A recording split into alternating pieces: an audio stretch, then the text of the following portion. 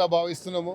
ఎందుకంటే ఇది పూర్వజన్మ సుకృతంగా భావిస్తున్నాం. ఎందుకంటే అమ్మవారు రాష్ట్రంలో ఎప్పుడు కూడా ఎప్పుడైనా అకాల మరి ఏమన్నా వచ్చినప్పుడు సమస్యలు వచ్చినప్పుడు అమ్మవారు కరుణించి మొన్నటి వరకు కూడా ఎల్లున వల్ల రాష్ట్రం అతలాకుతలం అవుతుందేమో అని, దేశం అతలాకుతలం అవుతుందేమో అని ఆలోచించినప్పుడు ఈ రాష్ట్రంలో పుష్కలంగా వర్షాలు కురిసి ఈ రాష్ట్రం ఈరోజు మనం చూస్తున్నాం. ఎక్కడ రైతులు చాలా సంతోషంగా ఉన్నారు, అందరూ ప్రజలంతా కూడా సంతోషంగా ఉన్నారంటే అమ్మవారి ఆశీస్సులు ఈ రాష్ట్రం మీద సంపూర్ణంగా ఉన్నాయి. కాబట్టి అలాగే ఉండాలని అమ్మవారి మరి ఎప్పుడు ఈ రాష్ట్రం మీద దేశం మీద అమ్మవారి ఆశీస్సులు ఉన్నాయని కోరుకుంటున్నాను. ఈరోజు సింహవాహిని మహాకాళి లాల్ దర్వాజా బోనాలు ఇక్కడ వచ్చేసిన ఆడపిల్లలకు మహిళలకి అందరూ కూడా పేరు పేరు శుభాకాంక్షలు.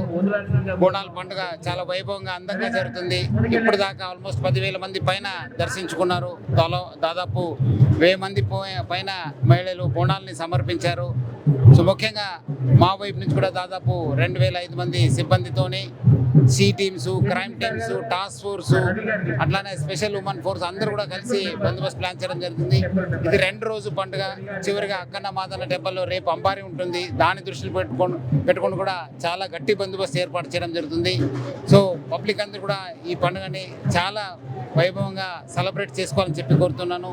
గతంలో కూడా బాగా సహకరించారు, ఇప్పుడు కూడా సహకరించాలని చెప్పి నేను మరి కోరుతున్నాను. బాగుంది. కొంత విఐపీస్ రావడంతో కొంత ఇబ్బంది అయింది, అది మళ్ళీ సరళీకరణ అయింది. ఈసారి ఎండోమెంట్స్ డిపార్ట్మెంట్, జిహెచ్ఎంసి మనం అందరూ కూడా కలిసి బాగా చాలా ఆల్మోస్ట్ గతం నుంచి వారం నుంచి మనము బందోబస్తు ప్లాన్ చేయడం జరుగుతుంది.